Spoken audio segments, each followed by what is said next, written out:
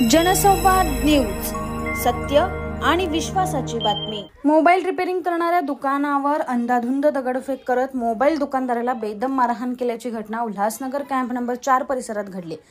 ही संपूर्ण घटना सीसीटीव्ही कॅमेऱ्यात कैद झाली असून पोलीस अधिक तपास करत आहे। नीरज यादव असं मोबाईल रिपेअरिंग करणाऱ्या दुकानदाराचं नाव आहे।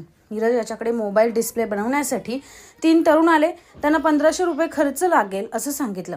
पुन्हा ते 5 ते 10 मिनिटांनी दुकानात येऊन वाढीव किंमत का सांगितले यावरून वाद घातला। यावेळी त्या 3 तरुणांनी थेट कमरेला लावलेल्या पट्ट्याने नीरज याला बेदम मारहाण केली।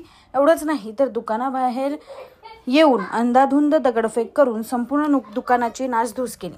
ही संपूर्ण घटना दुकानात असलेल्या सीसीटीव्ही कॅमेऱ्यात कैद झाली असून पोलीस सीसीटीव्ही फुटेजच्या आधारे आरोपींचा शोध घेत आहे। जनसंवाद न्यूज, सत्य आणि विश्वासाची बातमी। आजच सबस्क्राइब करून बेल आयकॉनला क्लिक करा आणि पहा ताज्या घडामोडींचा अचूक अंदाज आपल्या मोबाईलवर।